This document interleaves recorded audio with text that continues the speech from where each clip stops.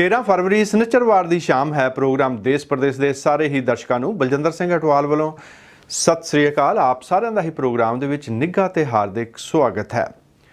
Programme देश प्रदेश के आरंभ के आप धार्मिक लड़ीवार सैगमेंट पेश करते हाँ। तकरीबन 9 महीने पहला 16 मई को जपजी साहब जी की व्याख्या आरंभ की गई सी, जिसनों साडे दर्शकों ने बहुत ही प्यार सत्कार अते अदब दे नाल सरवण किया। और भाई सरबजीत सिंह धुंदा होना दे भी असी बहुत बहुत धन्यवादी हाँ। अज जपजी साहब दे अखीरला जिहड़ा श्लोक है उसकी व्याख्या पेश की जाएगी।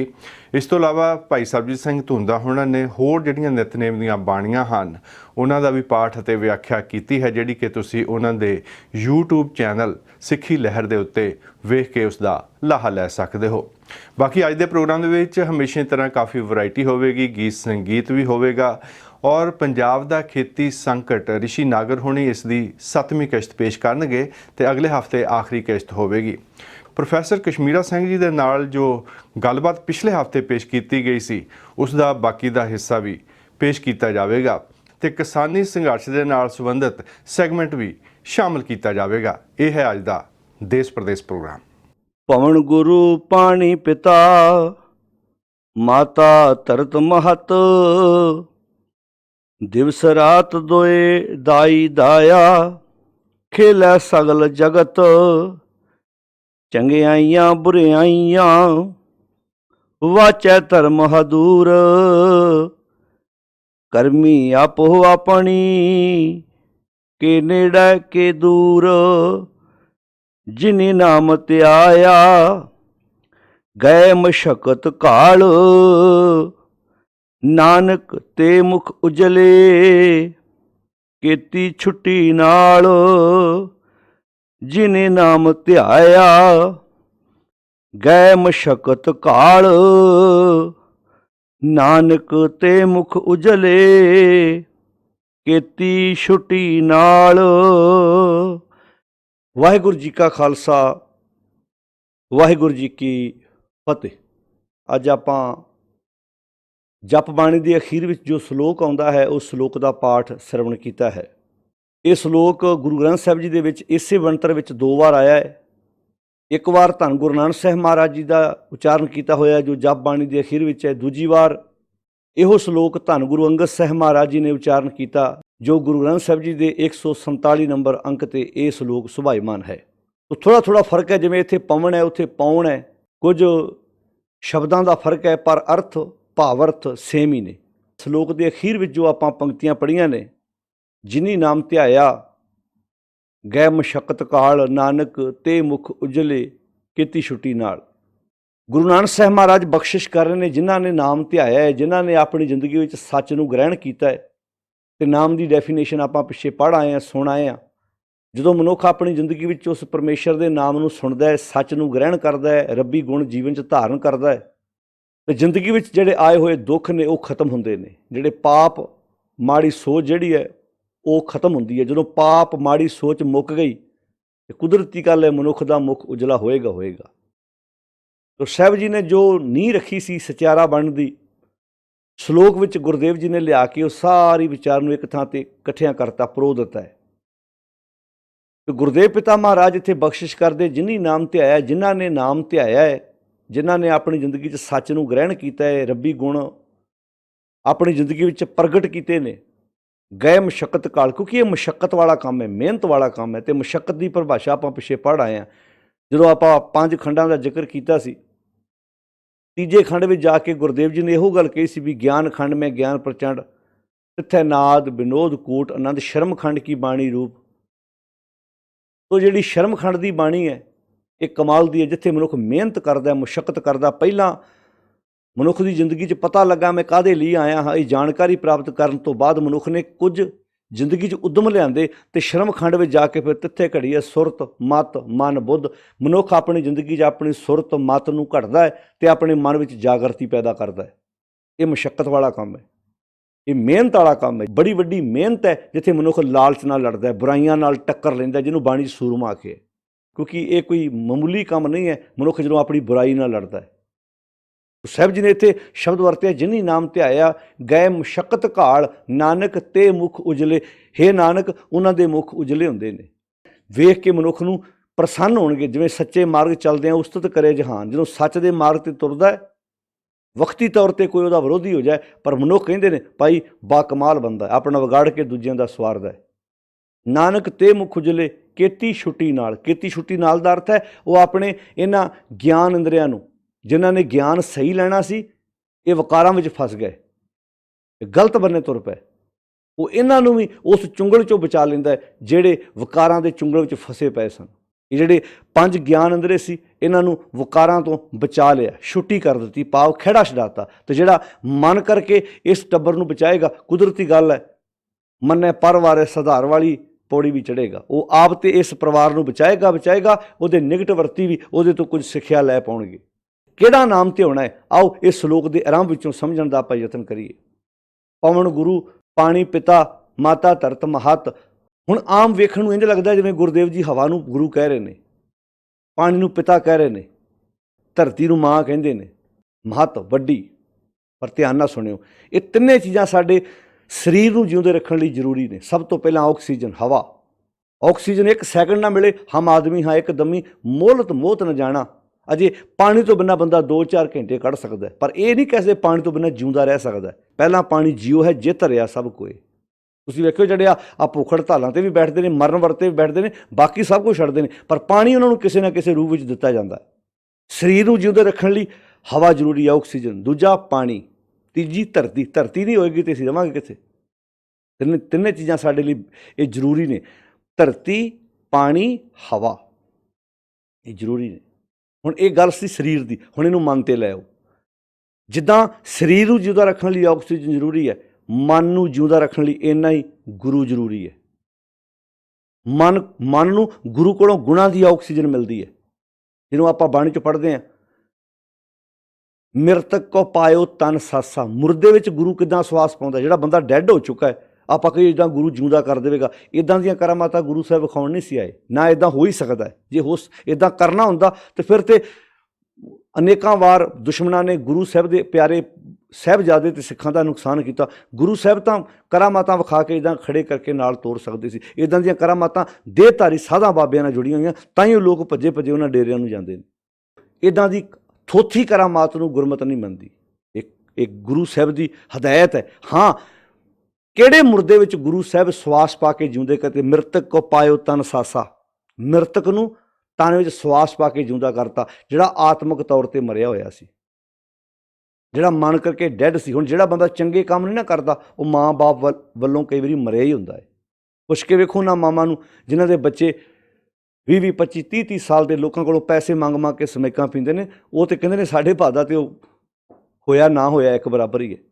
ਤੋ ਗੱਲ ਇਹ ਸਮਝਿਓ, ਜਿੱਦਾਂ ਸਰੀਰ ਨੂੰ ਜਿਉਂਦੇ ਰੱਖਣ ਲਈ ਹਵਾ ਜ਼ਰੂਰੀ ਹੈ, ਇੱਦਾਂ ਹੀ ਮਨ ਨੂੰ ਜਿਉਂਦੇ ਰੱਖਣ ਲਈ ਗੁਰੂ ਜ਼ਰੂਰੀ ਹੈ। ਦੂਜਾ ਆ ਗਿਆ ਪਾਣੀ ਪਿਤਾ। ਹੁਣ ਇੱਥੇ ਪਿਤਾ ਕੌਣ ਹੈ? ਬਾਣੀ 'ਚੋਂ ਪੜ੍ਹ ਕੇ ਵੇਖੋ। ਮਾਤਾ ਮਤ, ਪਿਤਾ ਸੰਤੋਖ। ਪਿਤਾ ਨੂੰ ਸੰਤੋਖ ਆ ਕੇ ਤੋ ਜਿੱਦਾਂ ਮਨ ਨੂੰ ਜਿਉਂਦੇ ਰੱਖਣ ਲਈ ਜਿੰਨਾ ਗੁਰੂ ਜ਼ਰੂਰੀ ਹੈ, ਉਹਨਾਂ ਸਬਰ ਵੀ ਜ਼ਰੂਰੀ ਹੈ, ਸੰਤੋਖ ਵੀ ਜ਼ਰੂਰੀ ਹੈ। ਸੰਤੋਖ ਨਹੀਂ ਹੋਏਗਾ ਤੇ ਮਨ ਡੈਡ ਹੋ ਜਾਏਗਾ। ਸਰੀਰ ਨੂੰ ਜਿਉਂਦੇ ਰੱਖਣ ਲਈ ਜਿੰਨਾ ਪਾਣੀ ਜ਼ਰੂਰੀ ਹੈ, ਮਨ ਨੂੰ ਜਿਉਂਦਾ ਰੱਖਣ ਲਈ ਇੰਨਾ ਹੀ ਸੰਤੋਖ ਜ਼ਰੂਰੀ ਹੈ। ਹੁਣ ਲੜੀ ਜੋੜੋ, ਲੈ ਜਾਓ ਸੁਰਤ ਆਪਣੀ 28 ਨੰਬਰ ਪੌੜੀ ਦੀ ਆਰੰਭ 'ਚ, ਮੁੰਦਾ ਸੰਤੋਖ। ਉਸੇ ਜੋਗੀ ਨੂੰ ਕਿਹਾ ਸੀ ਕੰਨਾਂ 'ਚ ਤੂੰ ਮੁੰਦਰਾਂ ਪਾਈਆਂ ਨੇ, ਕਾਹਦੇ ਲਈ? ਉਹ ਕਹਿੰਦਾ ਸੀ ਇਸ ਕਰਕੇ ਜੀ ਦੁਨੀਆ ਨੂੰ ਪਤਾ ਲੱਗ ਜੇ ਮੈਂ ਸੱਚ ਦੇ ਰਸਤੇ ਤੁਰਿਆ ਹੋਇਆ। ਕਹਿੰਦੇ ਸੰਤੋਖ ਧਾਰਨ ਕਰ ਲਾ। ਤੋ ਇੱਥੇ ਪਾਣੀ ਪਿਤਾ, ਜਿੱਦਾਂ ਸਰੀਰ ਨੂੰ ਜਿਉਂਦਾ ਰੱਖਣ ਲਈ ਪਾਣੀ ਚਾਹੀਦਾ, ਮਨ ਨੂੰ ਜਿਉਂਦਾ ਰੱਖਣ ਲਈ ਇੰਨਾ ਹੀ ਸੰਤੋਖ ਚਾਹੀਦਾ। ਅੱਜ ਮਾਰੋ ਧਿਆਨ, ਅੱਜ ਹੈ ਪਰਿਵਾਰਾਂ 'ਚ ਸੰਤੋਖ। ਭਰਾ ਨਾਲ ਠੱਗੀ ਨਹੀਂ ਮਾਰ ਰਿਹਾ। ਤੇ ਮਾਂ ਕਿਹੜੀ ਹੈ? ਮਾਤਾ ਧਰਤ ਮਹੱਤ। ਜਿਵੇਂ ਸਰੀਰ ਨੂੰ ਜਿਉਂਦੇ ਰੱਖਣ ਲਈ ਧਰਤੀ ਚਾਹੀਦੀ ਹੈ, ਜਿਵੇਂ ਇਸ ਧਰਤੀ 'ਚੋਂ ਬੜਾ ਕੁਝ ਮਿਲਦਾ। ਜਿਵੇਂ ਧਰਤੀ 'ਚ ਆਪਾਂ ਪਹਿਲਾਂ ਵੀ ਗੱਲ ਕਰ ਚੁੱਕੇ ਹਾਂ ਕਿ ਆਸਣ ਲੋਏ ਲੋਏ ਭੰਡਾਰ ਜੋ ਕੁਛ ਪਾਇਆ ਸੋ ਇੱਕ ਵਾਰ। ਧਰਤੀ 'ਚ ਕਿੱਡਾ ਵੱਡਾ ਖਜ਼ਾਨਾ ਹੈ, ਜਿੰਨੇ ਮਰਜ਼ੀ ਖਜ਼ਾਨੇ ਕੱਢੀ ਜਾ। ਕਿੰਨਾ ਸੰਸਾਰ ਹੈ ਜਿਹੜਾ ਧਰਤੀ ਦੇ ਸਿਰ ਤੋਂ ਹੀ ਪਲ ਰਿਹਾ ਹੈ। ਕਿੰਨੀ ਬਨਸਪਤੀ ਉਗ ਰਹੀ ਹੈ, ਕਿੰਨੇ ਫੁੱਲ ਬੂਟੇ ਉਗ ਰਹੇ ਨੇ। ਉਹ ਕਹਿੰਦੀ ਆ ਪੁੱਤਰਾ, ਇਹ 'ਚ ਇੱਕ ਬੀਜ ਪਾਇਆ, ਮੈਂ ਕਿੰਨੇ ਬੀਜ ਕਰਕੇ ਦੇਵਾਂਗੇ ਤੈਨੂੰ। ਇੱਥੇ ਆਖਿਆ ਮਾਤਾ ਧਰਤ ਮਹੱਤ। ਸਰੀਰ ਨੂੰ ਜਿਉਂਦੇ ਰਹਿਣ ਲਈ ਜਿੰਨੀ ਧਰਤੀ ਜ਼ਰੂਰੀ ਹੈ, ਮਨ ਨੂੰ ਜਿਉਂਦੇ ਰੱਖਣ ਲਈ ਇੰਨੀ ਮਾਂ ਜ਼ਰੂਰੀ ਹੈ। ਕਿਹੜੀ ਮਾਂ? ਮਤ ਰੂਪੀ ਮਾਂ। ਗੁਰੂ ਵੱਲੋਂ ਬਖਸ਼ਿਸ਼ ਕੀਤੀ ਹੋਈ ਮਤ ਇਸ ਮਨ ਦੀ ਮਾਂ ਹੈ। ਮਾਤਾ ਮਤ, ਪਿਤਾ ਸੰਤੋਖ। ਗੁਰੂ ਵੱਲੋਂ ਬਖਸ਼ਿਸ਼ ਕੀਤੀ ਹੋਈ ਜਿਹੜੀ ਮੱਤ ਹੈ ਉਹ ਇਸ ਮਨ ਦੀ ਮਾਂ ਬਣ ਜਾਏ। ਭਾਵ ਇਹ ਤਿੰਨੇ ਗੁਣ ਨੇ, ਇਹ ਤਿੰਨੇ ਗੁਣ ਨੇ, ਇਹ ਵਿਚਾਰਾਂ ਆਪਣੀ ਜ਼ਿੰਦਗੀ ਵਿੱਚ ਲਾਗੂ ਕਰ ਤਾਂ ਕਿ ਜ਼ਿੰਦਗੀ ਸਾਡੀ ਖੂਬਸੂਰਤ ਬਣ ਜਾਏ। ਹੁਣ ਖੇਡ ਵੀ ਦੋ ਕਿਸਮ ਦੀ ਹੈ, ਇੱਕ ਗੁਰੂ ਪਿਤਾ ਸੰਤੋਖ ਮਾਤਾ ਮੱਤ ਇਹਦੀ ਨਿਗਰਾਨੀ 'ਚ ਖੇਡ ਰਿਹਾ ਜੀਵ। ਜਿਹੜੇ ਇਹ ਖੇਡਾਂ ਖੇਡਦੇ ਆ ਉਹਨਾਂ ਦੇ ਨਾਂ ਅੱਜ ਤੱਕ ਵੀ ਆਪਾਂ ਅਰਦਾਸ ਵਿੱਚ ਲੈਂਦੇ ਹਾਂ, ਲੋਕ ਯਾਦ ਕਰਦੇ ਆ ਵੀ ਇਹੋ ਜਿਹੀ ਖੇਡ ਬਾਰ-ਬਾਰ ਦੁਨੀਆ 'ਤੇ ਆਣ ਕੇ ਖੇਡੀ ਜਾਵੇ। ਬੜੇ ਚੰਗੇ ਇਨਸਾਨ ਨੇ ਜਿਹੜੇ ਇਹਦਾ ਲੜ ਛੱਡ ਕੇ ਇਹਨਾਂ ਗੁਣਾਂ ਨਾਲੋਂ ਆਪਣੀ ਦੂਰੀ ਬਣਾ ਕੇ ਖੇਡ ਖੇਡਦੇ ਆ। ਉਹਨਾਂ ਬਾਰੇ ਫਿਰ ਆਪਾਂ ਬਾਣੀ 'ਚ ਪੜ੍ਹ ਚੁੱਕੇ ਹਾਂ ਕਿ ਪ੍ਰਾਣੀ ਤੋਂ ਆਇਆ ਲਾਹਾ ਲੈਣ, ਲੱਗਾ ਕਿਤ ਕੋ ਫਕੜੇ ਸਾ ਮੁੱਕਦੀ ਚੱਲੀ ਰਹਿਣ। ਹੁਣ ਇਹ ਡਿਸੀਜਨ ਅਸੀਂ ਲੈਣਾ ਵੀ ਅਸੀਂ ਖੇਡ ਕਿਹੜੀ ਖੇਡਣੀ ਹੈ, ਅਸੀਂ ਕਿੱਦਾਂ ਜ਼ਿੰਦਗੀ ਜਿਉਣਾ ਹੈ। ਦਿਵਸ ਰਾਤ ਦੋ ਦਾਈ ਦਇਆ ਖੇਲੇ ਸਗਲ ਜਗਤ। ਅੱਗੇ ਕਹਿੰਦੇ ਚੰਗਿਆਈਆਂ, ਇਹ ਸ਼ਬਦ ਨੂੰ ਧਿਆਨ ਦਿਓ। ਚੰਗਿਆਈਆਂ, ਚੰਗਿਆਈ ਉਹ ਕਰੂ ਜਿਹੜਾ ਗੁਰੂ ਸੰਤੋਖ ਬਾਪ, ਗੁਰੂ ਵੱਲੋਂ ਬਖਸ਼ਿਸ਼ ਕੀਤੀ ਹੋਈ ਮੱਤ, ਇਹਨਾਂ ਤਿੰਨਾਂ ਦੀ ਨਿਗਰਾਨੀ 'ਚ ਪੜ੍ਹੇਗਾ, ਉਹ ਚੰਗੇ ਕੰਮ ਕਰੇਗਾ। ਤੇ ਨਾਲ ਕਹਤਾ ਬੁਰਾਈਆਂ, ਜਿਹੜਾ ਇਹਨਾਂ ਨਾਲੋਂ ਲਿੰਕ ਤੋੜ ਕੇ ਕੰਮ ਕਰੇਗਾ ਉਹ ਬੁਰਿਆਂ ਕੰਮਾਂ 'ਚ ਫਸੇਗਾ। ਚੰਗਿਆਈਆਂ ਬੁਰਾਈਆਂ ਵਾਚੈ ਧਰਮ ਹਦੂਰ। ਹੁਣ ਵਾਚੈ ਧਰਮ ਹਦੂਰ ਦਾ ਅਰਥ ਕੀ ਹੈ? ਆਪਣੇ ਅੰਦਰ ਇਸ ਚੀਜ਼ ਨੂੰ ਵਾਚ ਸਮਝ, ਕਿਉਂਕਿ ਧਰਮ ਤੇਰੇ ਅੰਦਰ ਬੈਠਾ ਹੈ। ਜਿਹੜਾ ਧਰਮ ਰਾਜ ਹੈ ਉਹ ਤੇਰੇ ਅੰਦਰ ਬੈਠਾ ਹੈ। ਸ਼ਬਦ ਉਹ ਵਰਤੇ ਜਿਹੜੇ ਬ੍ਰਾਹਮਣ ਵਰਤਦਾ ਸੀ ਵੀ ਆਹ ਚਿੱਤਰ ਹੈ, ਗੁਪਤ ਹੈ, ਧਰਮ ਰਾਜ, ਇੱਦਾਂ ਦੇ ਸ਼ਬਦ ਵਰਤ ਕੇ ਮਨੁੱਖ ਨੂੰ ਸਮਝਾਇਆ ਵੀ ਸਾਨੂੰ ਬਾਹਰ ਜਾਣ ਦੀ ਲੋੜ ਨਹੀਂ, ਬਾਹਰ ਚਿੱਤਰ ਗੁਪਤ ਹੈ, ਬਾਹਰ ਕੋ ਧਰਮ ਰਾਜ ਹੈ, ਤੇਰੇ ਅੰਦਰ ਬੈਠਾ ਹੋਇਆ ਹੈ ਸੱਚ ਰੂਪੀ ਹੁਕਮ ਚਲਾਉਣ ਵਾਲਾ ਉਹ ਧਰਮ ਰਾਜ। ਚੰਗਿਆਈਆਂ ਬੁਰਾਈਆਂ ਵਾਚੈ ਧਰਮ ਹਦੂਰ, ਤੇ ਕਰਮੀ ਆਪੋ ਆਪਣੀ, ਆਪਣੇ ਕਰਮਾਂ ਕਰਕੇ, ਆਪਣੇ ਕੰਮਾਂ ਕਰਕੇ ਕੋਈ ਨੇੜੇ ਹੈ ਤੇ ਕੋਈ ਦੂਰ ਹੈ। ਇਹਨੂੰ ਹੁਣ ਪਰਿਵਾਰਾਂ 'ਤੇ ਵੀ ਲਾ ਲਓ। ਕਈ ਬੱਚੇ ਆਪਣੇ ਕੰਮਾਂ ਕਰਕੇ ਮਾਂ-ਬਾਪ ਦੇ ਨੇੜੇ ਹੁੰਦੇ ਆ ਤੇ ਕਈ ਆਪਣੇ ਕੰਮਾਂ ਕਰਕੇ ਮਾਂ-ਬਾਪ ਤੋਂ ਦੂਰ ਹੁੰਦੇ ਨੇ। ਹੁਣ ਇਹ ਸਾਰਾ ਜਿਹੜਾ ਸਲੋਕ ਆਪਾਂ ਵਿਚਾਰਿਆ, ਅਖੀਰ ਤੇ ਗੁਰਦੇਵ ਜੀ ਨੇ ਕਹਿੰਦਾ ਜਿਨੀ ਨਾਮ ਧਿਆਇਆ। ਕਿਹੜਾ ਨਾਮ? ਕਿਵੇਂ ਸਚਿਆਰਾ ਹੋਈ ਹੈ। ਫਿਰ ਅੱਗੇ ਗੁਰਦੇਵ ਜੀ ਨੇ ਇਹ ਵੀ ਕਹਿਤਾ ਕਿ ਸਰੀਰ ਨੂੰ ਧੋਣ ਲਈ ਜਿੰਨਾ ਪਾਣੀ ਜ਼ਰੂਰੀ ਹੈ, ਇਸ ਮੱਤ ਨੂੰ ਸਾਫ਼ ਕਰਨ ਲਈ ਇੰਨਾ ਹੀ ਗੁਰੂ ਦਾ ਗਿਆਨ ਜ਼ਰੂਰੀ ਹੈ। ਭਰੀਏ ਹੱਥ ਪੈਰ ਤਨ ਦੇ ਪਾਣੀ ਧੋਤੇ ਉਤਰ ਸਕੇ, ਮੂੰਹ ਤੋਂ ਪਲੀਤੀ ਕੱਪੜ ਹੋਵੇ, ਜੇ ਸਾਬੂਨ ਲਈਏ ਉਹ ਧੋਏ। ਭਰੀਏ ਮੱਤ ਪਾਪਾਂ ਕੇ ਸੰਗ, ਉਹ ਧੋਪੈ ਨਾਵੇਂ ਕੇ ਰੰਗ। ਇੱਦਾਂ ਹੀ ਜਦੋਂ ਮੱਤ ਪਾਪਾਂ ਨਾ ਭਰ ਗਈ, ਮਾੜੀ ਸੋਚ ਨਾ ਭਰ ਗਈ, ਇਹ ਨਾਮ ਨਾਲ ਧੁੱਪਣੀ ਹੈ। ਜਿਨੀ ਨਾਮ ਧਿਆਇਆ ਗਏ ਮਸ਼ੱਕਤ ਖਾ। ਤੇ ਨਾਮ ਕਿੱਦਾਂ ਧਿਆਉਣਾ ਹੈ? ਧਰਮ ਖੰਡ ਵਿੱਚ ਆਪਾਂ, ਗਿਆਨ ਖੰਡ 'ਚ, ਸ਼ਰਮ ਖੰਡ 'ਚ, ਕਰਮ ਖੰਡ ਅਤੇ ਸੱਚ ਖੰਡ 'ਚ ਆਪਾਂ ਪੜ੍ਹ ਆਏ ਹਾਂ ਪਿੱਛੇ। ਇਹ ਪੰਜੇ ਖੰਡ ਜਿਹਦੇ ਵਿੱਚ ਅਸੀਂ ਪੜਾਅ ਦਰ ਪੜਾਅ ਅੱਗੇ ਤੁਰਦਿਆਂ ਜਾਣਾ। ਪਾਤਸ਼ਾਹ ਕਹਿੰਦੇ ਜਿਨੀ ਨਾਮ ਧਿਆਇਆ, ਜਿਨ੍ਹਾਂ ਨੇ ਨਾਮ ਨੂੰ ਧਿਆਇਆ ਹੈ, ਜਿਨ੍ਹਾਂ ਨੇ ਰੱਬੀ ਗੁਣ ਜ਼ਿੰਦਗੀ 'ਚ ਪ੍ਰਗਟ ਕਰਕੇ ਉਹਨਾਂ ਮੁਤਾਬਕ ਜ਼ਿੰਦਗੀ ਬਤੀਤ ਕੀਤੀ ਹੈ। ਗਏ ਮਸ਼ੱਕਤ ਕਾਲ ਨਾਨਕ ਤੇ ਮੁਖ ਉਜਲੇ। ਇਹ ਨਾਨਕ, ਉਹਨਾਂ ਦੇ ਮੁਖ ਉਜਲੇ ਹੁੰਦੇ ਨੇ, ਅੰਦਰੋਂ ਵੀ ਉਜਲੇ, ਬਾਹਰੋਂ ਵੀ ਉਜਲੇ। ਕੀਤੀ ਛੁੱਟੀ ਨਾਲ ਉਹ ਆਪਣੇ ਇਹਨਾਂ ਗਿਆਨ ਇੰਦਰੀਆਂ ਨੂੰ ਬੁਰਾਈ ਤੋਂ ਬਚਾ ਕੇ ਰੱਖਦੇ ਨੇ। ਸਾਰਿਆਂ ਦਾ ਧੰਨਵਾਦ। ਇੰਨੇ ਕੁ ਬਚਨ ਪ੍ਰਵਾਨ ਕਰਨੇ ਜੀ। ਵਾਹਿਗੁਰੂ ਜੀ ਕਾ ਖਾਲਸਾ, ਵਾਹਿਗੁਰੂ ਜੀ ਕੀ ਫਤਿਹ।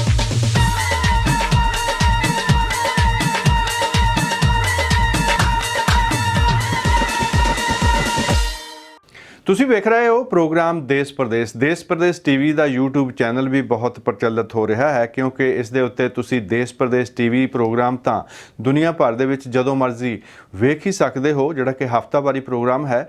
ਪਰ ਇਸ ਤੋਂ ਇਲਾਵਾ ਹਰ ਰੋਜ਼ ਸਾਡੇ ਨਵੇਂ ਸੈਗਮੈਂਟਸ ਤਿਆਰ ਕੀਤੇ ਜਾਂਦੇ ਹਨ। ਸਾਡੀ ਟੀਮ ਇਸ ਵੇਲੇ ਜਲੰਧਰ ਅਤੇ ਮੋਹਾਲੀ ਦੇ ਵਿੱਚ ਵੀ ਹੈ। ਦਿੱਲੀ ਤੋਂ ਲਾਈਵ ਰਿਪੋਰਟਿੰਗ ਕੀਤੀ ਜਾਂਦੀ ਹੈ। ਹਰ ਰੋਜ਼ ਤੁਸੀਂ ਤਾਜ਼ੀਆਂ ਅਪਡੇਟਸ ਵੇਖ ਸਕਦੇ ਹੋ। ਇਸ ਤੋਂ ਇਲਾਵਾ ਟੀਵੀ ਸੀਰੀਅਲ ਪੇਸ਼ ਕੀਤਾ ਜਾਂਦਾ ਹੈ, ਜਿਹੜਾ ਕਿ ਸਮਾਜ ਸੁਧਾਰਕ ਡਰਾਮਾ ਹੈ ਮੈਂ ਗੁੰਗੀ ਨਹੀਂ। ਪ੍ਰੋਫੈਸਰ ਦਵਿੰਦਰ ਕੌਰ ਸਿੱਧੂ ਹੁਣਾਂ ਦਾ ਇਹ ਲਿਖਿਆ ਹੋਇਆ ਨਾਟਕ, ਜਿਸ ਦੀਆਂ 44 ਕਿਸ਼ਤਾਂ ਪੇਸ਼ ਕੀਤੀਆਂ ਜਾ ਚੁੱਕੀਆਂ ਹਨ ਅਤੇ ਅਜੇ ਲੰਮਾ ਸਮਾਂ ਚੱਲੇਗਾ। ਅੱਜ ਅਸੀਂ ਯਾਦ ਕਰ ਰਹੇ ਹਾਂ ਇਸ ਦੇ ਨਿਰਮਾਤਾ, ਨਿਰਦੇਸ਼ਕ, ਐਕਟਰ ਅਤੇ ਐਡੀਟਰ ਸੁਪਨਦੀਪ ਸਿੰਘ ਸਿੱਧੂ ਹੁਣਾਂ ਨੂੰ, ਜਿਹੜੇ ਕਿ 11 ਫਰਵਰੀ 2008 ਦੇ ਵਿੱਚ ਇਸ ਜਹਾਨ ਤੋਂ ਭਰ ਜਵਾਨੀ ਦੀ ਉਮਰ ਦੇ ਵਿੱਚ ਹੀ ਕੂਚ ਕਰ ਗਏ। ਮਾਤਾ ਦਵਿੰਦਰ ਕੌਰ ਸਿੱਧੂ ਅਤੇ ਸਰਦਾਰ ਗੁਰਮੁਖ ਸਿੰਘ ਸਿੱਧੂ ਹੁਣਾਂ ਦਾ ਹੋਣਹਾਰ ਬੇਟਾ, ਜਿਸ ਨੇ ਸਮਾਜ ਸੁਧਾਰਨ ਦਾ ਬੀੜਾ ਚੁੱਕਿਆ ਹੋਇਆ ਸੀ ਅਤੇ ਬੜੇ ਸੁਪਨੇ ਸਿਰਜੇ ਸਨ, ਜਿਨ੍ਹਾਂ ਨੂੰ ਪੂਰਾ ਕਰਨਾ ਸਾਡਾ ਫਰਜ਼ ਬਣਦਾ ਹੈ। ਸੁਪਨਦੀਪ ਸਿੰਘ ਸਿੱਧੂ ਦੇ ਮਾਤਾ ਪ੍ਰੋਫੈਸਰ ਦਵਿੰਦਰ ਕੌਰ ਸਿੱਧੂ ਆਪਣੀ ਕਲਮ ਰਾਹੀਂ ਇਹਨਾਂ ਸਮੱਸਿਆਵਾਂ ਨੂੰ ਜ਼ੁਬਾਨ ਦਿੰਦੇ ਤੇ ਸੁਪਨ ਆਪਣੇ ਨਿਰਦੇਸ਼ਨ, ਐਡੀਟਿੰਗ ਤੇ ਅਦਾਕਾਰੀ ਦੀ ਕਲਾ ਰਾਹੀਂ ਇਹਨਾਂ ਵਿੱਚ ਜਾਨ ਪਾਉਂਦਾ। ਇੰਜ ਮਾਂ ਪੁੱਤ ਦੀ ਇਸ ਜੋੜੀ ਨੇ ਹਜ਼ਾਰਾਂ ਪਰਿਵਾਰਾਂ ਨਾਲ ਡੂੰਘੀਆਂ ਸਾਂਝਾਂ ਪਾ ਲਈਆਂ। ਲੋਕਾਂ ਦੀਆਂ ਸਮੱਸਿਆਵਾਂ ਉਹਨਾਂ ਨੂੰ ਆਪਣੀਆਂ ਸਮੱਸਿਆਵਾਂ ਜਾਪਣ ਲੱਗੀਆਂ ਅਰਦਾਸਾਂ ਕਰਦੇ ਕਿ ਵਾਹਿਗੁਰੂ ਉਹਨਾਂ ਦੀ ਇਹ ਕੋਸ਼ਿਸ਼ ਕਾਮਯਾਬ ਕਰੇ। ਮੇਰੇ ਪੰਜਾਬ ਤੋਂ ਤੱਤੀਆਂ ਹਵਾਵਾਂ ਦੂਰ ਰਹਿਣ ਤੇ ਠੰਡੀਆਂ ਛਾਵਾਂ ਮੁੜ ਪਰਤ ਆਉਣ ਤੇ ਇਸ ਸੁਪਨੇ ਨੂੰ ਸਾਕਾਰ ਕਰਨ ਲਈ ਮੈਨੂੰ ਤੁਹਾਡੇ ਸਭ ਦੇ ਸਾਥ ਦੀ ਜ਼ਰੂਰਤ ਹੈ। ਆਓ ਸਾਰੇ ਰਲ ਕੇ ਇਸ ਸੁਪਨੇ ਨੂੰ ਸਾਕਾਰ ਕਰਨ ਦੇ ਯਤਨ ਕਰੀਏ। ਇਹੋ ਹੀ ਸਾਡੇ ਸਭ ਦੇ ਦਿਲਾਂ ਵਿੱਚ ਵਸ ਚੁੱਕੇ ਇਸ ਪਿਆਰੇ ਕਲਾਕਾਰ ਨੂੰ ਸੱਚੀ ਸ਼ਰਧਾਂਜਲੀ ਹੈ।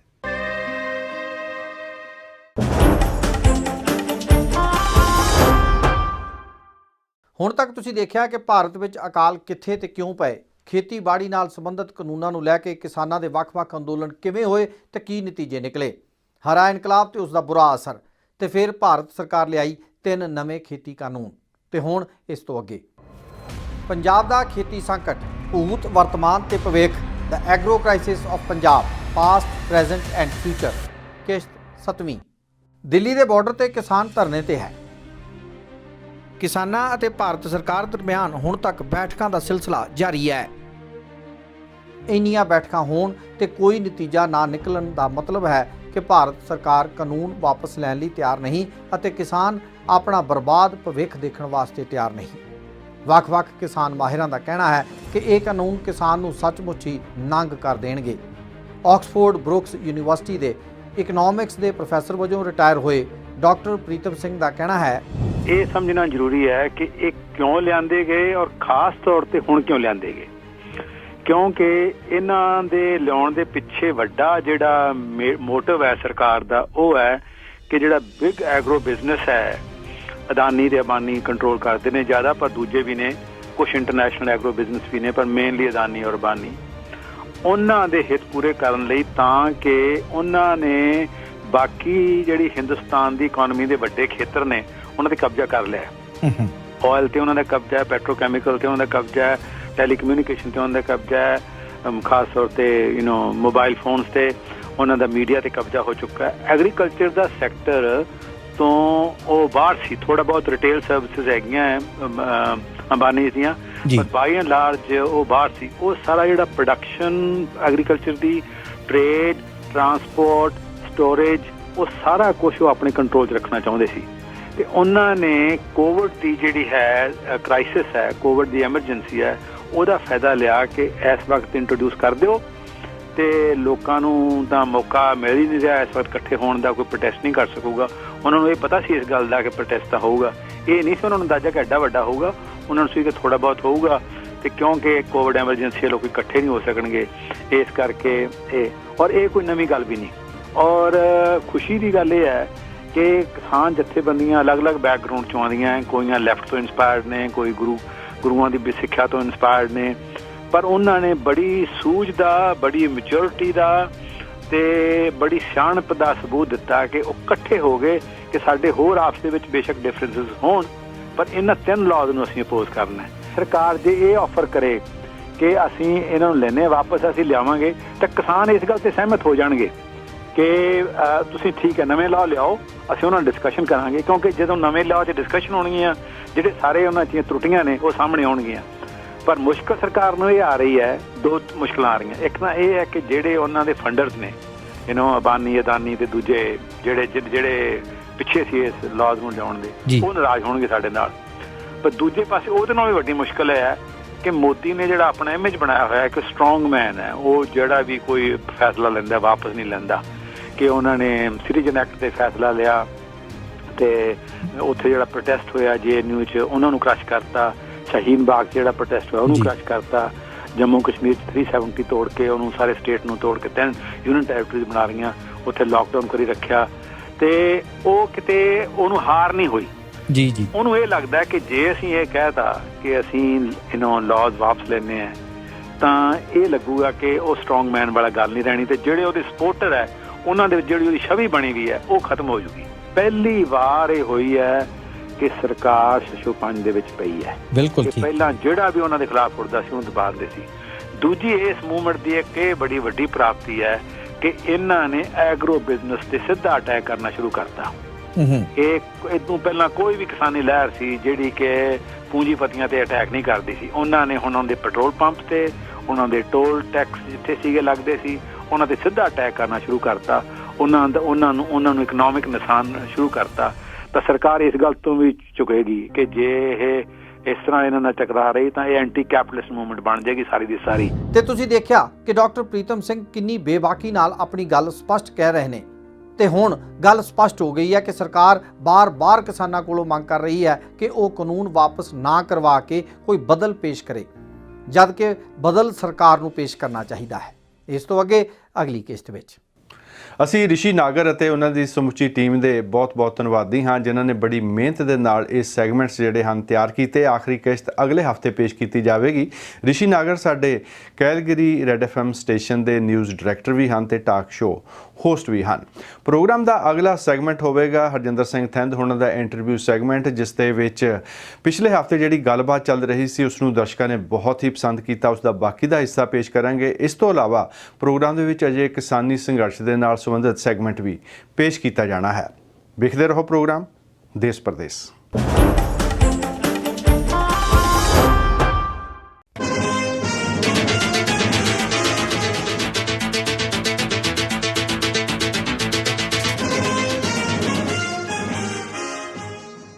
ਸਾਹਿਬ ਤੁਸੀਂ ਦੱਸ ਰਹੇ ਸੀ ਵੀ ਜਿਹੜੇ ਅੱਜ ਕੱਲ੍ਹ ਬੱਚਿਆਂ ਦਾ ਤੇ ਮਾਪਿਆਂ ਦਾ ਜਿਹੜਾ ਕਨਫਲਿਕਟ ਆ ਉਹ ਵੱਧਦਾ ਜਾ ਰਿਹਾ, ਉਸ ਦੇ ਮੱਦੇਨਜ਼ਰ ਤੁਸੀਂ ਦੱਸਿਆ ਵੀ ਪੇਰੈਂਟਸ ਜਿਹੜੇ ਆ ਅਨਕੰਡੀਸ਼ਨਲ ਪਿਆਰ ਕਰਦੇ ਬੱਚਿਆਂ ਨੂੰ। ਹੁਣ ਆਪਾਂ ਸ਼ੁਰੂ ਕਰੀਏ ਜਿਸ ਵੇਲੇ ਬੱਚੇ ਦਾ ਜਨਮ ਹੁੰਦਾ, ਇੱਥੋਂ ਲੈਂਦੇ ਹਾਂ।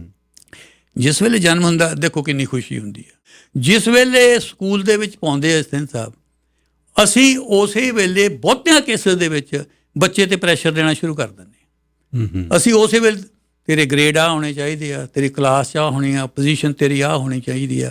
ਬੱਚੇ ਛੋਟੇ ਬੱਚੇ ਦੇ ਜਿਸ ਵੇਲੇ 5-7 ਸਾਲ ਤੋਂ ਸ਼ੁਰੂ ਹੋ ਕੇ ਐਲੀਮੈਂਟਰੀ ਦੇ ਵਿੱਚ ਇਹ ਆਉਂਦਾ ਆ, ਉਸ ਵੇਲੇ ਪ੍ਰੈਸ਼ਰ ਹੋ ਜਾਂਦਾ ਜੀ ਉੱਤੇ। ਔਰ ਇੱਥੇ ਮਿਸਾਲਾਂ ਆਈਆਂ ਸਿੰਘ ਸਾਹਿਬ 12-12 14-14 ਸਾਲਾਂ ਦੇ ਬੱਚੇ ਡਿਪਰੈਸ਼ਨ 'ਚ ਗਏ। ਬਿਲਕੁਲ ਟ੍ਰੀਟਮੈਂਟ ਲੈਂਦੇ ਜੀ। ਔਰ ਟ੍ਰੀਟਮੈਂਟ ਉਹਦੇ ਵਿੱਚ ਜ਼ਿੰਮੇਦਾਰ ਕੌਣ ਹੁੰਦਾ?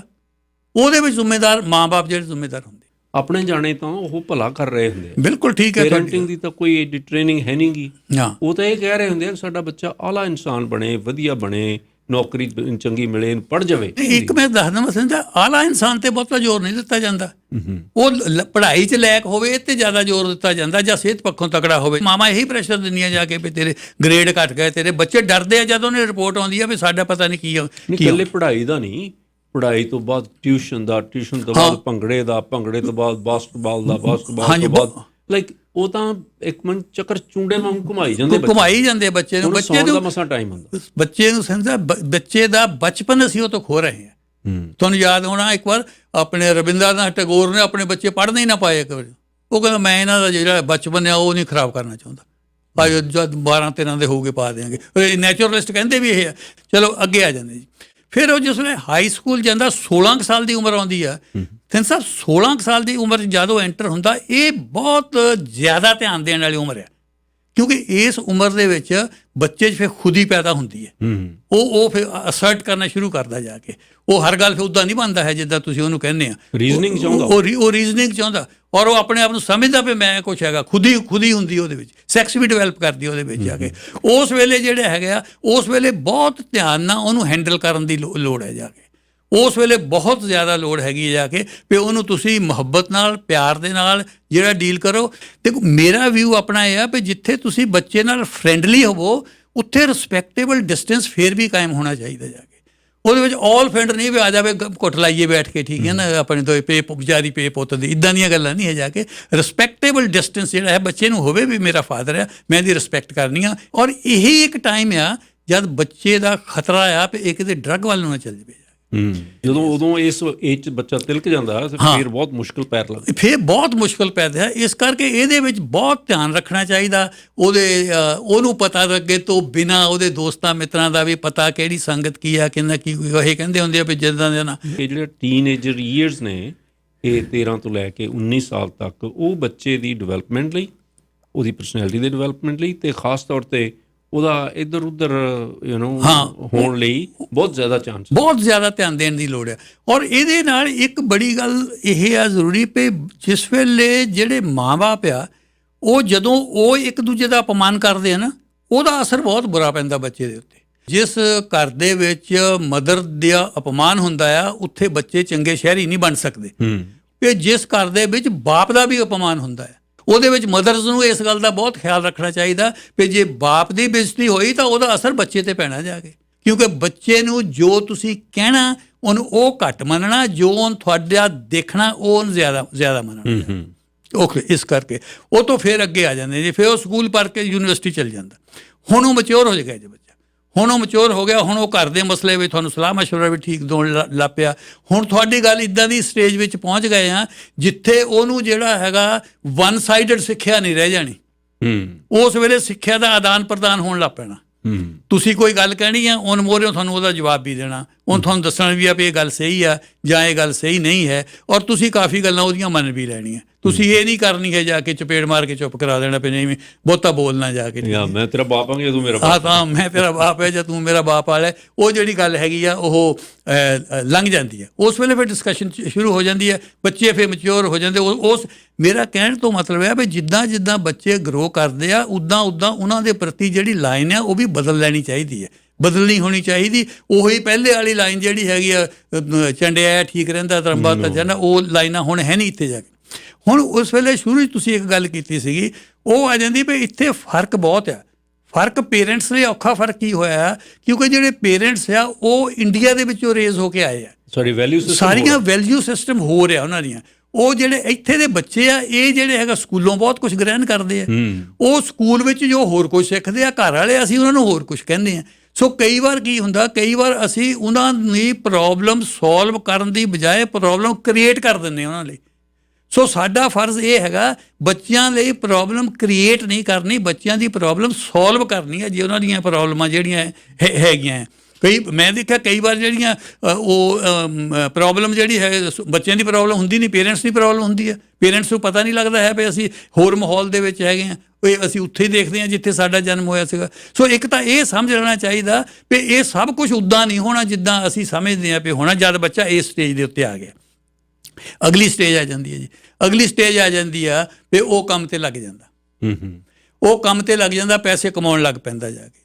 ਜਦੋਂ ਪੈਸੇ ਕਮਾਉਣ ਲੱਗ ਪੈਂਦਾ ਬੱਚਾ, ਫਿਰ ਵਿਆਹ ਦੀ ਆਪਾਂ ਗੱਲ ਕਰਦੇ ਹਾਂ, ਚਲੋ ਹੁਣ ਇੱਕ ਲਿਮਿਟ ਲੈਣਾ ਵੀ ਉਹਦੀ ਸ਼ਾਦੀ ਵੀ ਹੋ ਜਾਂਦੀ ਹੈ। ਸ਼ਾਦੀ ਹੋ ਜਾਂਦੀ ਆ, ਕੰਮ ਤੇ ਲੱਗ ਜਾਂਦਾ, ਉਹ ਤੁਹਾਡੇ ਨਾਲ ਰਹਿੰਦਾ। ਉਸ ਵੇਲੇ ਜਿਹੜੀ ਪ੍ਰੋਬਲਮ ਇਹ ਆ ਜਾਂਦੀ ਆ, ਫਿਰ ਜਿਹੜਾ ਗੱਲਬਾਤ ਦਾ ਆਦਾਨ ਪ੍ਰਦਾਨ ਆ, ਆਦਾਨ ਪ੍ਰਦਾਨ ਵੀ ਹਟ ਜਾਂਦਾ। ਫਿਰ ਤੁਸੀਂ ਉਹਨੂੰ ਕਹਿ ਹੀ ਨਹੀਂ ਸਕਦੇ ਕੁਝ ਵੀ, ਫਿਰ ਨਹੀਂ ਤੁਸੀਂ ਉਹਨੂੰ ਕੁਝ ਵੀ ਕਹਿਣਾ ਵੀ ਨਹੀਂ ਚਾਹੀਦਾ, ਔਰ ਕਹਿਣਾ ਉਸੇ ਹਾਲਤ ਵਿੱਚ ਚਾਹੀਦਾ ਜੇ ਉਹ ਤੁਹਾਡੀ ਸਲਾਹ ਮੰਗਦਾ ਜਾਂ ਮੰਗਦੀ ਹੈ, ਵਰਨਾ ਇੰਟਰਫੀਅਰੈਂਸ ਸਮਝਿਆ ਜਾਏ। ਬਣਤਾ ਇੰਟਰਫੀਅਰੈਂਸ ਉਹ ਸਮਝੂਗਾ ਮੇਰੇ ਕੰਮ ਦੇ ਵਿੱਚ ਖਾਮਖਾ ਦਖਲ ਦੇ ਰਹੇ ਆ ਜਾ ਕੇ, ਮੈਨੂੰ ਕਿਤੇ ਪਤਾ ਨਹੀਂ ਹੈ। ਉਹ ਉਸ ਵੇਲੇ ਉਹ ਸਟੇਜ ਆ ਜਾਂਦੀ ਆ ਜਿਸ ਵੇਲੇ ਬੱਚਾ ਤੁਹਾਨੂੰ ਕਹੇ ਜਾਂ ਨਾ ਕਹੇ, ਪਰ ਉਹ ਕਲੀਅਰ ਕੱਟ ਇਹ ਸਮਝਦਾ ਹੁੰਦਾ ਵੀ ਮੈਨੂੰ ਸਮਝ ਇਹਨਾਂ ਨਾਲੋਂ ਜ਼ਿਆਦਾ ਹੈ ਔਰ ਮੈਨੂੰ ਇਹਨਾਂ ਦੀ ਸਲਾਹ ਦੀ ਲੋੜ ਨਹੀਂ ਹੈ।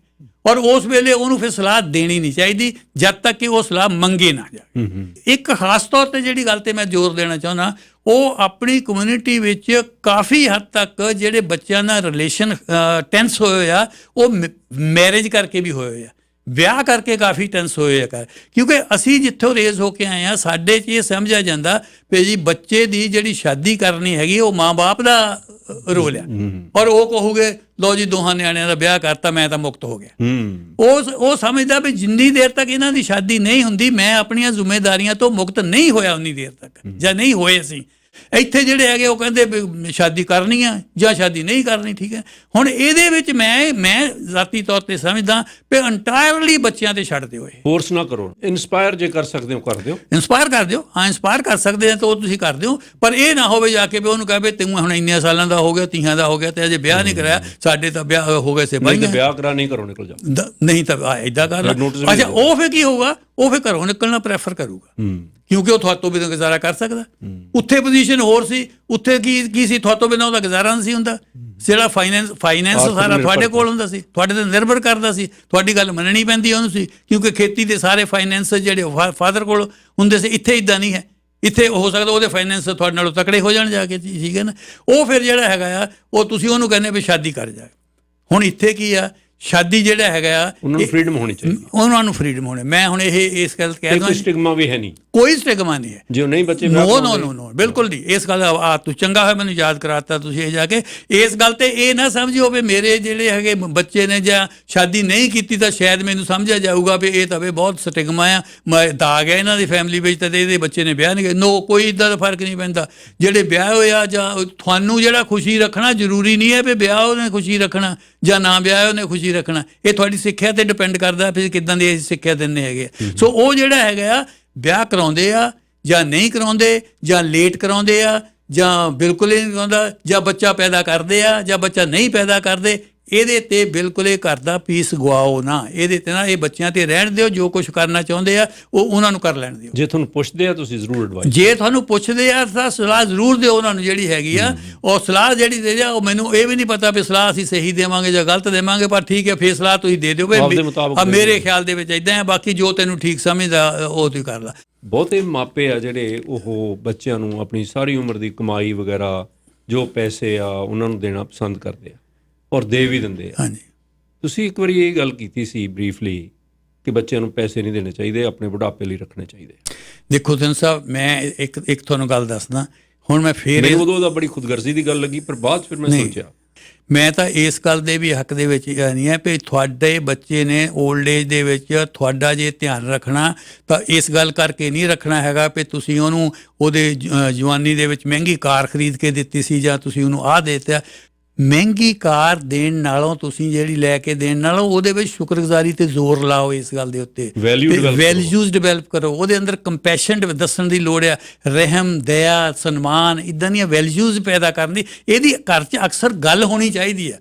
ਘਰ 'ਚ ਇਹੀ ਗੱਲ ਨਹੀਂ ਹੋਣੀ ਚਾਹੀਦੀ ਹੈਗੀ ਜਿਹੜੀ ਪੇ ਜਿਹੜੇ ਹੈਗੇ ਚਲੋ ਘਰ ਵੀ ਫਲਾਣੇ ਨੇ ਉਹ 2 ਹੋ ਗਏ ਜਾਂ 3 ਹੋ ਗਏ ਜਾਂ ਉਹ ਹੋ ਗਏ ਕਾਰ ਫਲਾਣੇ ਲਈ। ਘਰ 'ਚ ਇਹ ਵੀ ਗੱਲ ਹੋਣੀ ਪਈ ਫਲਾਣਾ ਉਹਦਾ ਬੜਾ ਨੇਕ ਬੰਦਾ। ਅੱਛਾ, ਤੁਸੀਂ ਇਹ ਵੀ ਤਾਂ ਇੱਦਾਂ ਵੀ ਨਾ ਲਓਗੇ ਜੇ ਤੁਸੀਂ ਇਹ ਕਹਿਣ ਲੱਗ ਪਏ ਵੀ ਫਲਾਣੇ ਦਾ ਬੱਚਾ ਬੜਾ ਨੇਕ ਆ, ਉਹਦਾ ਉਲਟਾ ਅਸਰ ਹੁੰਦਾ ਤੁਹਾਡੇ ਬੱਚੇ ਦੇ ਉੱਤੇ ਜਾ ਕੇ। ਠੀਕ ਹੈ, ਕੰਪੇਅਰ ਨਾ ਕਰੋ, ਨੈਵਰ ਕੰਪੇਅਰ ਕਰੋ ਜਾ ਕੇ। ਬੱਚੇ ਨੂੰ ਇਸ ਸੁਸਾਇਟੀ ਦੇ ਵਿੱਚ ਪੈਸੇ ਦੇਣ ਦੀ ਲੋੜ ਨਹੀਂ ਹੈ, ਪੈਸੇ ਛੱਡ ਕੇ ਉਹਨੂੰ ਜਾਣ ਦੀ ਲੋੜ ਨਹੀਂ। ਪੈਸੇ ਆਪਣੇ ਕੋਲ ਰੱਖੋ, ਉਹਨੂੰ ਇਹਦੇ ਯੋਗ ਬਣਾਓ ਵੀ ਉਹ ਆਪਣਾ ਆਪ ਚੱਕਣ ਦੇ ਯੋਗ ਹੋ ਜਾਵੇ ਔਰ ਚੰਗੀ ਲਾਈਫ ਲਿਵ ਕਰਨ ਦੇ ਯੋਗ ਹੋ ਜਾਵੇ। ਨਾ ਕਿ ਤੁਸੀਂ ਕਮਾ ਕੇ ਉਹਨੂੰ ਦੇ ਦਿਓ। ਜੇ ਤੁਸੀਂ ਉਹਨੂੰ ਕਮਾ ਕੇ ਦੇ ਦਿੱਤੇ ਤਾਂ ਜਿੰਨੇ ਮਰਜ਼ੀ ਦੇ ਦਿਓ, ਜੇ ਤੁਸੀਂ ਉਹਨੂੰ ਯੋਗ ਨਹੀਂ ਬਣਾਇਆ ਉਹਨੂੰ ਸਾਰੇ ਜਿਹੜੇ ਹੈਗੇ ਆ 4 ਸਾਲਾਂ 'ਚ ਉਡਾ ਦੇਣੇ ਆ। ਜੇ ਤੁਸੀਂ ਉਹਨੂੰ ਯੋਗ ਬਣਾਤਾ ਤਾਂ ਉਹ ਕਮਾ ਕੇ ਤੁਹਾਨੂੰ ਵੀ ਦਿਓ, ਤੁਹਾਡੀ ਏਜ ਵੀ ਚੰਗੀ ਰੱਖੂਗਾ ਜਾ ਕੇ। ਫਿਰ ਆ ਜਾਂਦੀ ਆ ਉਹ ਤੇ ਲਾਸਟ ਆਪਣੀ ਰਹਿ ਗਈ ਜਿਸ ਵੇਲੇ ਜੇ 'ਚ ਅਸੀਂ ਹੁਣ ਜਾਂ ਲਾਸਟ ਏਜ ਆ ਜਾਂਦੀ ਹੈ। ਜਿਸ ਵੇਲੇ ਲਾਸਟ ਏਜ ਉਹ ਆਉਂਦੀ ਆ ਜਦੋਂ ਫਿਰ ਉਹ ਤੁਹਾਡੇ ਗਾਈਡ ਬਣਦੇ ਆ। ਜਿਸ ਵੇਲੇ ਤੁਸੀਂ ਫਿਰ ਗਾਈਡ ਨਹੀਂ ਰਹਿ ਜਾਂਦੇ, ਫਿਰ ਉਹ ਤੁਹਾਡੇ ਗਾਈਡ ਬਣ ਜਾਂਦੇ ਆ। ਫਿਰ ਤੁਸੀਂ ਉਹਨਾਂ ਤੋਂ ਪੁੱਛਦੇ ਆ ਵੀ ਦੱਸ ਵੇ ਕਾਕਾ ਕਿੱਦਾਂ ਕਰੀਏ ਹੁਣ, ਆਹ ਕੁਛ ਕਰਨਾ। ਔਰ ਉਸ ਵੇਲੇ ਸਲਾਹ ਉਹਨਾਂ ਦੀ ਲੈ ਲੈਣੀ ਚਾਹੀਦੀ ਆ ਔਰ ਮੰਨ ਲੈਣੀ ਚਾਹੀਦੀ ਹੈ ਉਸ ਵੇਲੇ ਕਿਉਂਕਿ ਅਸੀਂ ਫਿਰ ਉਹ ਕੰਮ ਕਰਨ ਦੇ ਬਹੁਤਾ ਯੋਗ ਨਹੀਂ ਹੁੰਦੇ। ਜੇ ਉਹਨਾਂ ਨੂੰ ਜ਼ਿਆਦਾ ਪਤਾ ਹੁੰਦਾ ਜਾ ਕੇ। ਆਮ ਬੰਦੇ ਕੀ ਕਹਿ ਦਿੰਦੇ ਆ ਜੀ, ਆਮ ਬੰਦੇ ਕਹਿ ਦਿੰਦੇ ਆ ਇੱਕ ਜੀ ਉਹ ਆਪਣੀ ਤੀਵੀਂ ਤੋਂ ਡਰਦਾ ਜਾਂ ਉਹ ਆਪਣੇ ਆਦਮੀ ਤੋਂ ਡਰਦੀ। ਉਹ ਬੰਦਾ ਤੀਵੀਂ ਤੋਂ ਨਹੀਂ ਡਰਦਾ ਹੁੰਦਾ, ਬੰਦਾ ਕਲੇਸ਼ ਤੋਂ ਡਰਦਾ ਹੁੰਦਾ। ਤੀਵੀਂ ਵੀ ਜਿਹੜੀ ਉਹ ਆਦਮੀ ਤੋਂ ਨਹੀਂ ਡਰਦੀ ਹੁੰਦੀ ਜੀ, ਉਹ ਕਲੇਸ਼ ਤੋਂ ਡਰਦੀ ਹੁੰਦੀ ਹੈ। ਮੈਂ ਚਾਹੁੰਦਾ ਕਲੇਸ਼ ਘਰ ਦੇ ਵਿੱਚ ਉਹ ਹਟੇ। ਜੇ ਕਲੇਸ਼ ਹਟੇ ਤਾਂ ਡਰ ਭੈ ਵੀ ਹਟ ਜਾਂਦਾ ਨਾਲੇ। ਬਿਲਕੁਲ ਡਰ ਪੈ ਨਹੀਂ ਰਹਿੰਦਾ। ਫਿਰ ਪ੍ਰੋਸਪੈਰਿਟੀ ਆ ਗਈ, ਖੁਸ਼ੀਆਂ ਆ ਜਾਣੀਆਂ ਜਾ ਕੇ। ਨੰਬਰ 1 ਆ ਵੀ ਹਰ ਹਾਲਤ ਦੇ ਵਿੱਚ ਕਲੇਸ਼ ਨੂੰ ਬੰਦ ਕਰੋ ਔਰ ਕਲੇਸ਼ ਬੰਦ ਲਈ ਹੈਗੀ ਆ ਫਿਰ ਕਿਤੇ ਗੱਲ ਕਰਾਂਗੇ ਵੀ ਆਪਣੀ ਜਿਹੜੀ ਹੈਗੀ ਆ ਭਾਸ਼ਾ ਬਹੁਤ ਠੀਕ ਰੱਖੋ। ਥੈਂਕ ਯੂ ਸਾਹਿਬ।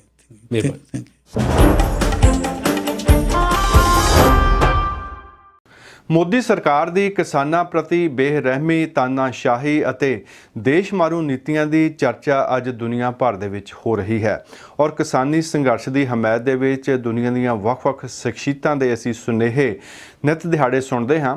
ਪਿਛਲੇ ਕੁਝ ਦਿਨਾਂ ਤੋਂ ਕੈਲੀਫੋਰਨੀਆ ਦੇ ਕੁਝ ਮੇਅਰਸ ਨੇ ਵੀ ਇਸ ਦੇ ਹੱਕ ਦੇ ਵਿੱਚ ਹਾਂ ਦਾ ਨਾਰਾ ਮਾਰਿਆ ਔਰ ਇਹ ਵੀ ਚਰਚਾ ਹੈ ਕਿ ਜਿਹੜਾ ਸੁਪਰਬਾਲ ਦੀ ਗੇਮ ਸੀ ਉਸ ਦੇ ਵਾਸਤੇ ਇੱਕ ਸਪੈਸ਼ਲ ਕਮਰਸ਼ੀਅਲ ਬੜੇ ਮਹਿੰਗੇ ਭਾਅ ਦੀ ਜਿਹੜੀ ਤਿਆਰ ਕੀਤੀ ਗਈ ਤਾਂ ਕਿ ਜਿਹੜੀ ਮੇਨ ਸਟ੍ਰੀਮ ਹੈ ਉਸ ਦੇ ਵਿੱਚ ਹੋਰ ਅਵੇਅਰਨੈਸ ਲਿਆਂਦੀ ਜਾਵੇ। ਇਹ ਤਾਂ ਪਤਾ ਨਹੀਂ ਉਹ ਟੈਲੀਵਿਜ਼ਨ ਦੇ ਉੱਤੇ ਕੈਲੀਫੋਰਨੀਆ ਦੇ ਇਲਾਕੇ ਦੇ ਵਿੱਚ ਏਅਰ ਹੋਈ ਜਾਂ ਨਹੀਂ, ਇਹ ਤਾਂ ਕਨਫਰਮ ਨਹੀਂ ਹੋ ਸਕਿਆ, ਪਰ ਤੁਹਾਡੇ ਵਾਸਤੇ ਉਹ ਕਮਰਸ਼ੀਅਲ ਵੀ ਪੇਸ਼ ਕਰਾਂਗੇ। ਬੇਕਰਸਫੀਲਡ ਅਤੇ ਫਰਿਜ਼ਨੋ ਦੇ ਮੇਅਰ ਦਾ ਸੁਨੇਹਾ ਵੀ ਤੁਹਾਡੇ ਵਾਸਤੇ ਹਾਜ਼ਰ ਕਰਦੇ ਹਾਂ। Hello, farmers in India. My name is Karen Go. I am the mayor of the city of Bakersfield, located in the state of California in the United States. Farmers in India, I stand in solidarity with you. Bakersfield is a farming community. We understand how valuable farmers are. Farmers, you are our undertas. You feed the world. I urge the Indian government to let farmers peacefully protest, and I urge the Indian government to repeal unjust farming laws. Kisan Ekta Zindabad. This is City of Fresno Mayor Jerry Dyer, and I'm coming to you from the agricultural capital of the world, Fresno County. Right here in the valley, we understand the importance of farming and agriculture. And we want you to know, our brothers and sisters in India, that we stand with you as you stand against the unfair government interference against all of you. We want you to know that you're not alone, and we want to stand with you, and we will. In India, hundreds of thousands of farmers have shut down access to the Punjabi capital. The moment you start taking away farming, you will run into an issue, and that's why we're seeing such great opposition. This is City of Fresno Mayor Jerry Dyer, and we want you to know, our brothers and sisters in India, that we stand with you. First, it was R&B megastar Rihanna.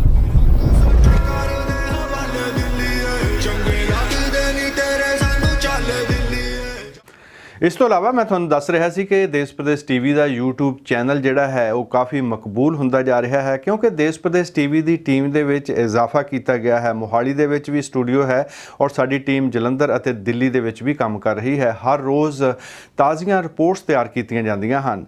So YouTube channel ਦੇ ਉੱਤੇ ਜਿਹੜਾ ਦੇਸ਼ Pradesh TV ਦਾ channel ਹੈ ਉਸ ਨੂੰ subscribe ਕਰੋ। ਕਿਸ ਤਰ੍ਹਾਂ ਦੇ ਸੈਗਮੈਂਟਸ ਤਿਆਰ ਹੁੰਦੇ ਹਨ, ਪਿਛਲੇ ਹਫ਼ਤੇ ਦੀਆਂ ਗਤੀਵਿਧੀਆਂ ਜਿਹੜੇ ਸਾਡੇ ਸੈਗਮੈਂਟਸ ਹਨ ਉਹਨਾਂ ਦੇ ਆਧਾਰ ਤੋਂ ਉਹਨਾਂ ਦੇ ਵਿੱਚੋਂ ਕਲਿੱਪ ਲੈ ਕੇ ਤੁਹਾਡੇ ਵਾਸਤੇ ਇਹ ਨਮੂਨੇ ਦੇ ਤੌਰ ਤੇ ਸੈਗਮੈਂਟ ਹਾਜ਼ਰ ਕਰਦੇ ਹਾਂ। देश प्रदेश टीवी देख रहे सारे दर्शकों का रेड एफएम सुनने वाले सारे ਸਰੋਤਿਆਂ ਦਾ स्वागत। मैं अनुजा शर्मा ਤੇ ਇਸ ਵਕਤ ਦੇਸ਼ ਪ੍ਰਦੇਸ਼ ਟੀਵੀ ਦੀ ਟੀਮ ਜਿਹੜੀ ਹੈਗੀ ਹੈ ਜੀ ਪਹੁੰਚੀ ਹੋਈ ਹੈ ਸਿੰਘੂ ਬਾਰਡਰ। ਬਾਪੂ ਜੀ ਤੁਹਾਨੂੰ ਕਿੰਨਾ ਚਿਰ ਹੋ ਗਿਆ ਇੱਥੇ ਆਏ ਹੋਏ ਨੂੰ? ਪੁੱਤ 3 ਮਹੀਨੇ ਦਾ ਅਸੀਂ ਰੇਲ ਦੀਆਂ ਪਟੜੀਆਂ ਤੇ ਸੜਕਾਂ ਦੇ ਉੱਤੇ ਪੰਜਾਬ ਦੇ ਵਿੱਚ ਸੁੱਤੇ ਆ। ਉਸ ਤੋਂ ਬਾਅਦ ਸਾਨੂੰ ਇੱਥੇ 75 ਦਿਨ ਹੋ ਗਏ ਆਇਆਂ ਨੂੰ ਲਗਾਤਾਰ। ਮੈਂ ਆਪਦੇ ਘਰ ਵਾਲੀ ਨੂੰ ਦਵਾਈ ਦਵਾਉਣ ਵਾਸਤੇ ਗਿਆ ਸੀ, ਕੈਂਸਰ ਦੀ ਮਰੀਜ਼ ਆ, ਫਰੀਦਕੋਟ ਉਹਦਾ ਇਲਾਜ ਚੱਲਦਾ ਤੇ ਮੈਂ ਉਹਨੂੰ ਦਵਾਈ ਦਵਾ ਕੇ 2 ਵਾਰੀ ਆਇਆ, 2 ਰਾਤਾਂ ਰਿਹਾ ਪਿੰਡ, ਤੀਜੀ ਰਾਤ ਫੇਰ ਇੱਥੇ ਦਿੱਲੀ ਆ ਗਿਆ।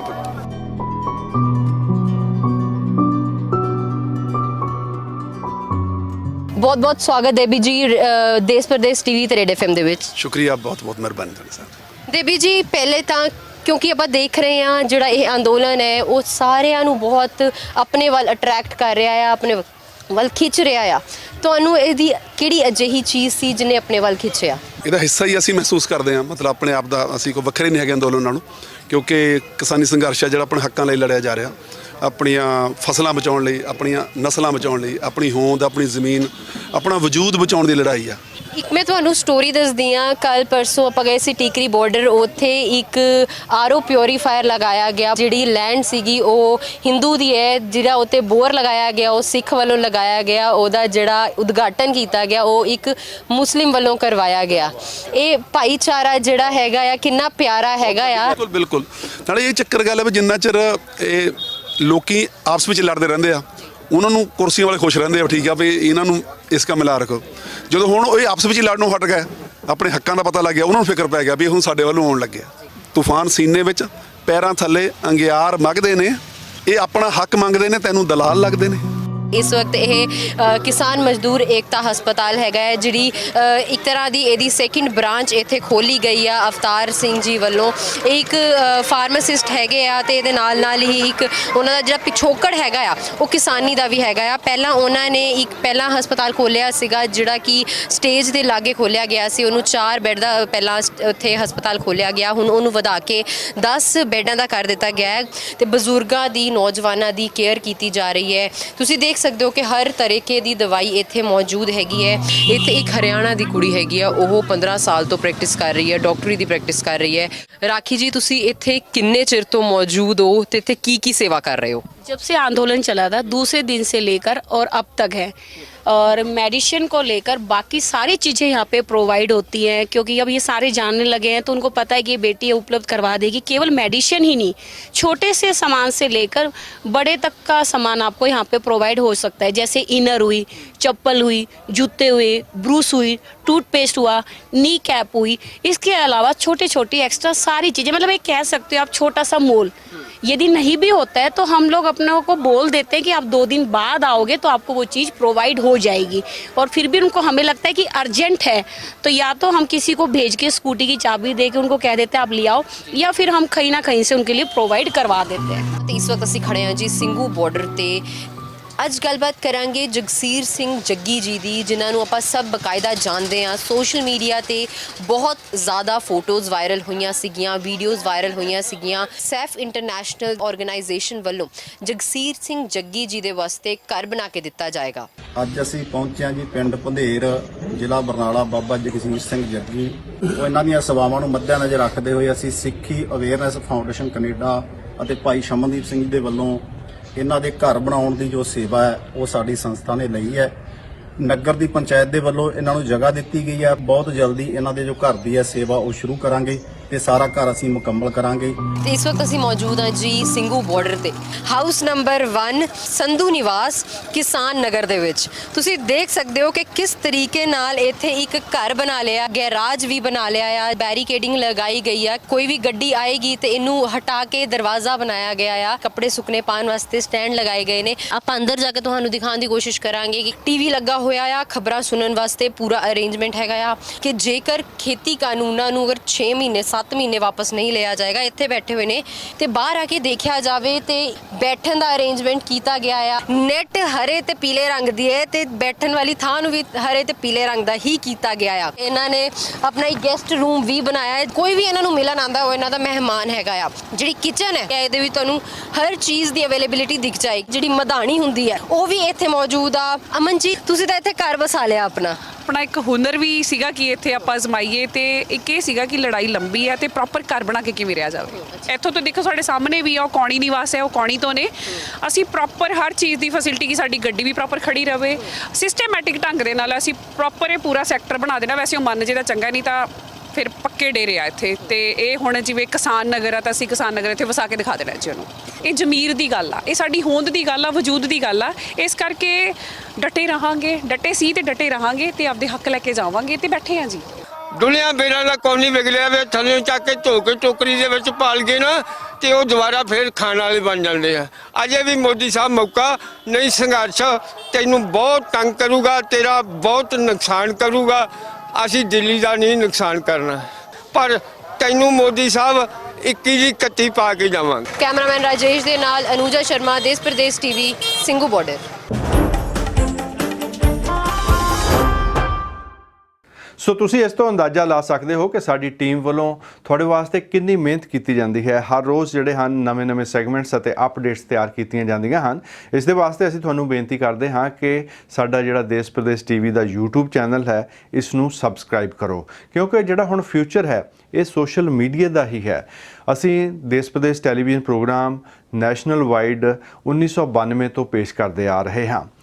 ਕਿੰਨਾ ਚਿਰ ਚੱਲਣਾ ਹੈ ਪਤਾ ਨਹੀਂ, ਕੋਸ਼ਿਸ਼ ਜਾਰੀ ਰਹੇਗੀ ਕਿ ਇਸ ਨੂੰ ਚੱਲਦਾ ਰੱਖੀਏ, ਪਰ ਜਿਹੜਾ YouTube ਦੇ ਉੱਤੇ ਹੈ ਪ੍ਰੋਗਰਾਮ ਅਤੇ ਹੋਰ ਜਿਹੜੇ ਸੈਗਮੈਂਟਸ ਹਨ ਤੇ ਹੋਰ ਫੀਚਰਸ ਹਨ, ਇਹਨਾਂ ਨੂੰ ਅਸੀਂ ਚੱਲਦਾ ਰੱਖਣ ਦੀ ਪੂਰੀ ਕੋਸ਼ਿਸ਼ ਕਰਾਂਗੇ। ਸੋ ਇਸ ਚੈਨਲ ਨੂੰ ਜ਼ਰੂਰ ਸਬਸਕ੍ਰਾਈਬ ਕਰੋ। ਕੱਲ੍ਹ ਨੂੰ ਵੈਲੈਂਟਾਈਨਸ ਡੇ ਹੈ ਅਤੇ ਪਰਸੋਂ ਨੂੰ ਫੈਮਿਲੀ ਡੇ ਹੈ। ਸੋ ਬਹੁਤ ਸ਼ੁਭ ਸ਼ਾਮਾਂ ਪੇਸ਼ ਕਰਦੇ ਹਾਂ। Be safe. ਅਗਲੇ ਹਫ਼ਤੇ ਤੱਕ ਬਲਜਿੰਦਰ ਸਿੰਘ ਅਟਵਾਲ ਨੂੰ ਇੱਥੇ ਹੀ ਇਜਾਜ਼ਤ ਦਿਓ। ਆਖਰ ਦੇ ਵਿੱਚ ਸੁਣਦੇ ਹਾਂ ਕਰਨੈਲ ਗਿੱਲ ਦੀ ਆਵਾਜ਼ ਦੇ ਵਿੱਚ ਹੀਰ ਵਾਰਿਸ ਸ਼ਾਹ, ਤੇ ਇਸ ਦੇ ਨਾਲ ਹੀ ਪ੍ਰੋਗਰਾਮ ਦੀ ਸਮਾਪਤੀ। ਸਤਿ ਸ੍ਰੀ ਅਕਾਲ। ਸਾਡੇ ਚਮਦੀਆਂ ਜੁੱਤੀਆਂ ਕਰੇ ਕੋਈ, ਐਵੇਂ ਜੂੜਾ ਲੋਕ ਬੁਲਾਉਂਦਾ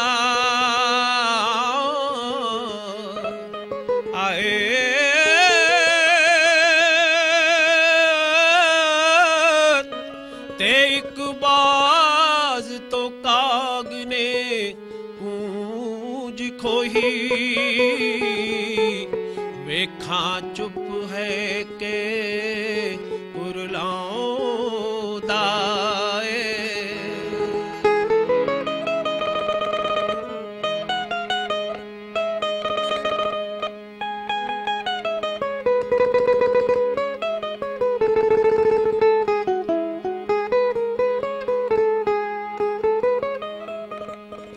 ਤੇ ਇੱਕ ਜੱਟ ਦੇ ਖੇਤ ਨੂੰ ਅੱਗ ਲੱਗੀ ਤੇ ਵੇਖਾਣ ਕੇ ਕਦੋਂ ਬੁਝਾਉਂਦਾ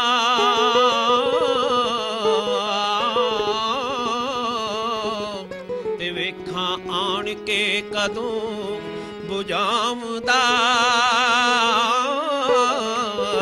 ਹਵੇ ਤੇ ਦੇਵਾ ਚੂਰੀਆਂ ਕਿਉਂ ਦੇ ਬਾਲ ਦੀਵੇ